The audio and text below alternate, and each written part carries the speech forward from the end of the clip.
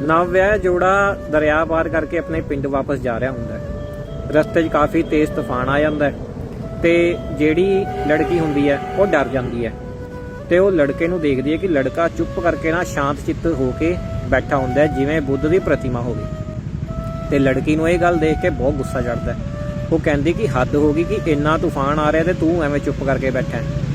ਤਾਂ ਜਿਹੜਾ ਲੜਕਾ ਹੁੰਦਾ ਹੈ ਉਹ ਆਪਣੀ ਮਿਆਨ 'ਚੋਂ ਤਲਵਾਰ ਕੱਢਦਾ ਤੇ ਲੜਕੀ ਦੇ ਗਲੇ ਤੇ ਰੱਖ ਦਿੰਦਾ।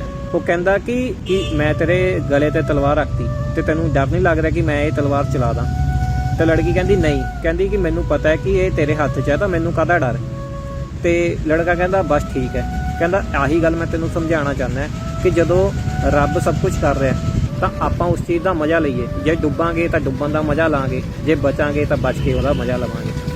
ਤਾਂ ਇਸ ਕਰਕੇ ਰੱਬ ਦੇ ਬਣਾਏ ਹੋਏ ਪਲਾਨ ਤੇ ਹਮੇਸ਼ਾ ਭਰੋਸਾ ਰੱਖੋ ਤੇ ਕਦੇ ਵੀ ਮੁਸੀਬਤਾਂ ਆਉਣ ਤੇ ਡੋਲੋ ਨਾ।